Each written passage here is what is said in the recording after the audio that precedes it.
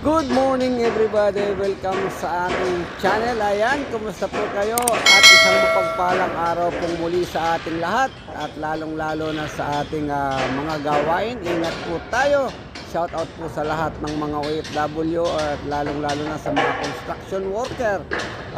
Saan man kayo naroon. Ayan, at sa aking pamilya, kumusta po kayo dyan? Yan, at shout out Mami Gigi, love you, love you, love you.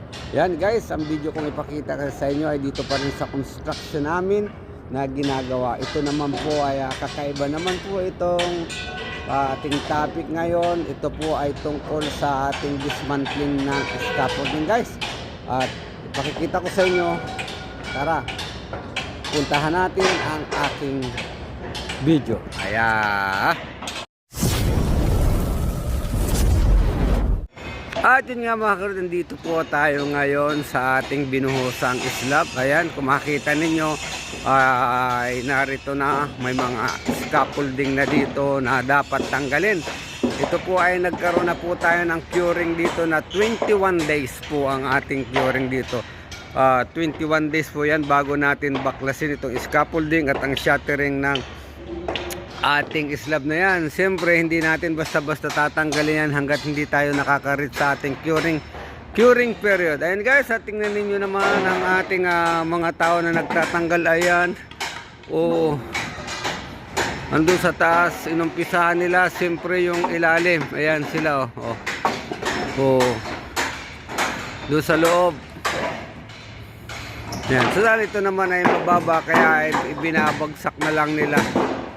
Ayan, ito po ang tatanggalin nila mula rito sa construction joint natin. Ito ang ating construction joint dito guys, kasi itong slab natin binuhusan natin ito ng one time lang dito po, hanggang dito ang tatanggalin nila. Yan, at tingnan nyo guys, yan, hanggang doon at doon sila nagkumpisa. Dito nga kung mapapansin nyo dito sa area ito, may backfilling na tayo dito. Sakto naman. At siyempre, ang pagtatanggal niyan, inuna ang ibabaw. Balikan natin guys. Ayan .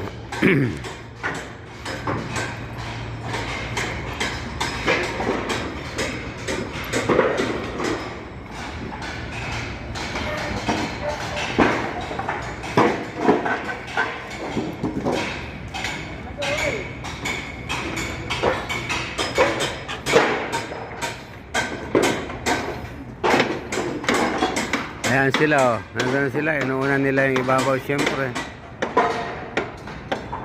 At siyempre, ayan, ang maganda dyan. At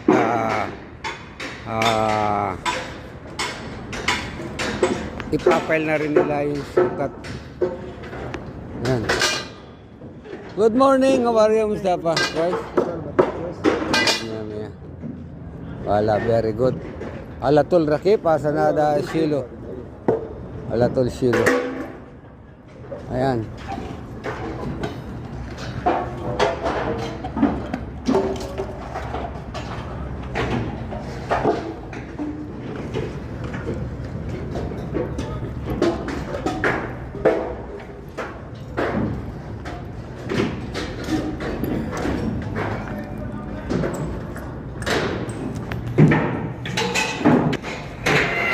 Dyan nga mga karot, ayan ang pinag-umpisa nila. Dito sila nag-umpisa. Ayan ayan makita ninyo yung ating mga tao nandun sa taas. Ayan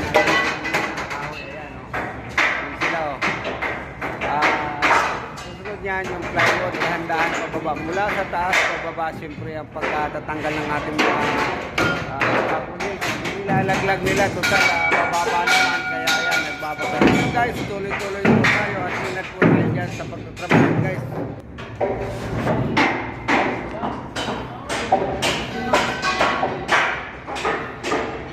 Napakadali lang pong magtanggal yan basta nasa maayos ang ating mga tao. Ayan, maya-maya lang ipakikita ko sa inyo. At dito nga tayo nag-umpisa sa expansion na ito hanggang dun sa dulo. At yan po. At tuloy po tayo sa panonood ng aking video ito guys. Ayan.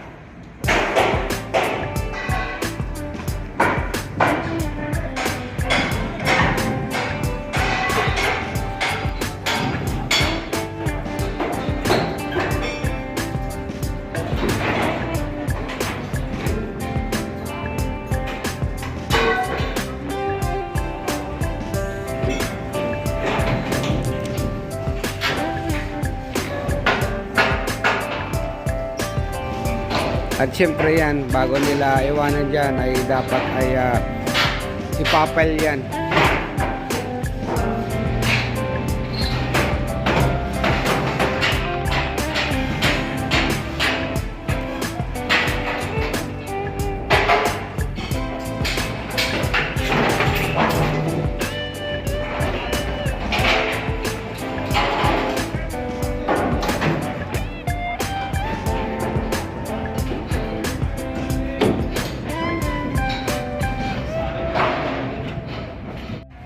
At yan mga karod, dito naman tayo sa labas na ito. Ayan, meron din ditong grupo na nag-aayos ng mga binakbak. Ayan, hanggang doon sa dulo na yun.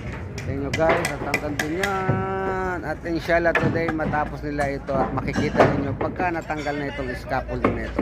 Tuloy lang po tayo sa panood. At ito naman guys, yung loob ng ating utility building. Ayan, nagtutuloy ang backfill ng ating subbase. Nagbabackfill sila, ayan oh. Baba po tayo, ito ang ating hagdan. At yung tinatanggalan ito, bagong buhos yan, hindi pa, yung gawi doon, hindi pa okay tanggalan. After 3 weeks pa bago tanggalan yun. Pero ito, tatanggalin na natin yan. At ito na nga ang loob. Andito yung ating mga tao, naghahakot, babakpil at nagkukumpak guys. Ayan guys.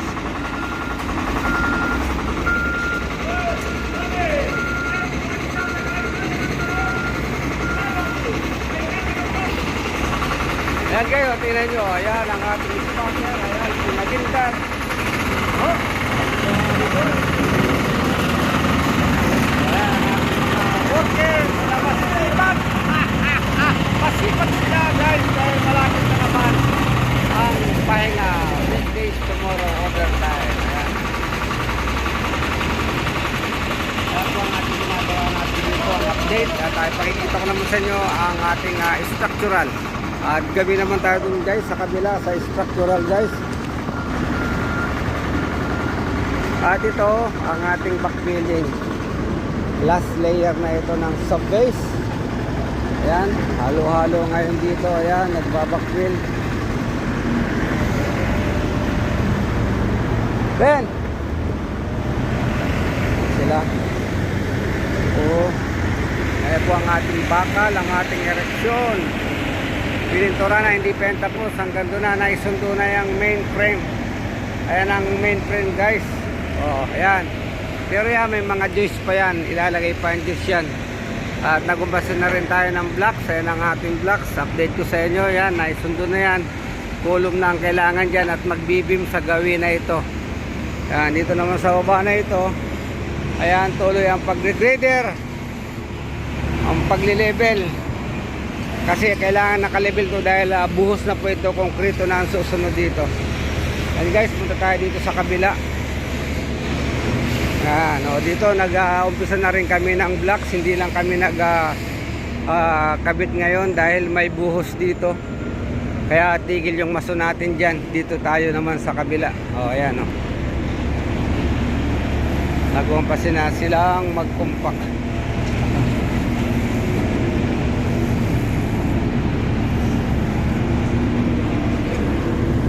Ayan. At dito naman may hinuhukay tayo dito.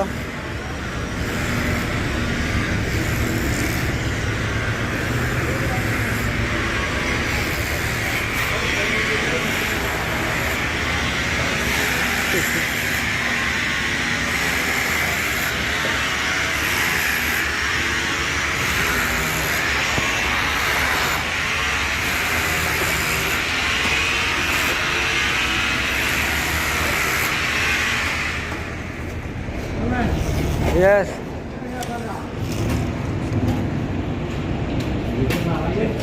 Morning mga karot, andito naman po tayo sa ating administration building na kung saan binuhusan natin kahapon ng slab. At ngayon naman guys ay naglalagay po tayo ng steel column. Ayan, at pagkatapos ng steel column, bawat column na yan ay nag-uumpisa na rin tayo mag-shattering guys.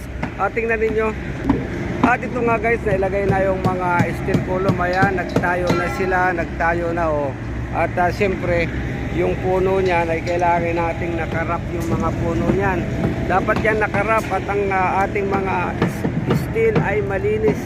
Ayan guys, so tingin nakarap yung puno para pag nag-connect yung ating konkreto ay maganda. At ito naman guys, sa kabila na ito, ayan, naglagay na sila ng shuttering. At ipacheck natin sa consultant yan. Where is this guy? Yo, kailangan tanggalin yung wire. Remove this wire. All. Oh, then bara. Idea the consultant after problem. Ay, wag kita, lasim. Critical po yan, joint na yan ng konkreto. Yung lalong-lalo na kulom ito. Kailangan yan nakarap. O yan guys, ang ating tubusan at siyempre ang ating karpintero, bago naman ilagay yan, naglalagay sila ng kicker para sa shuttering nila yan guys. Ayan o. Aba. O yan. May kicker sila nilalagay para naman sa ating shuttering. O yan.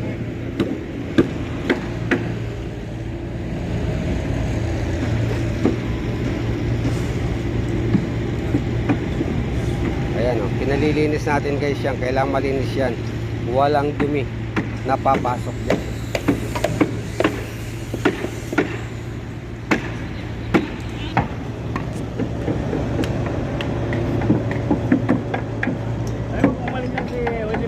Andiyan pa, iniintay siya no. Iniintay si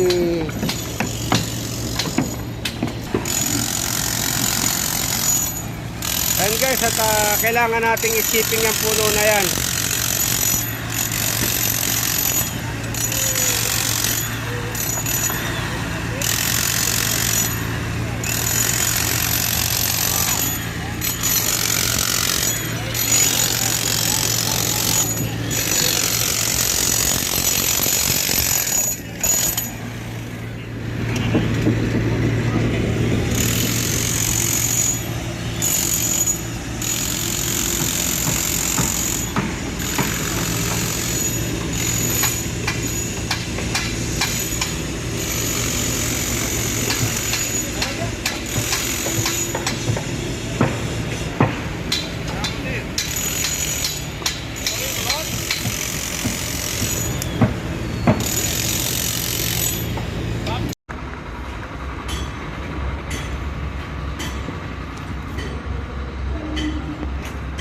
At yun nga mga karot, ayan, natapos na yung bakbak ng ating scaffolding dito. Ayan, tingnan nyo, wala na scaffolding. Ayan, at malinis na dito. Yun mga karot, maraming salamat po sa inyong panunod ng aking video. Hanggang dito na lamang at bye bye.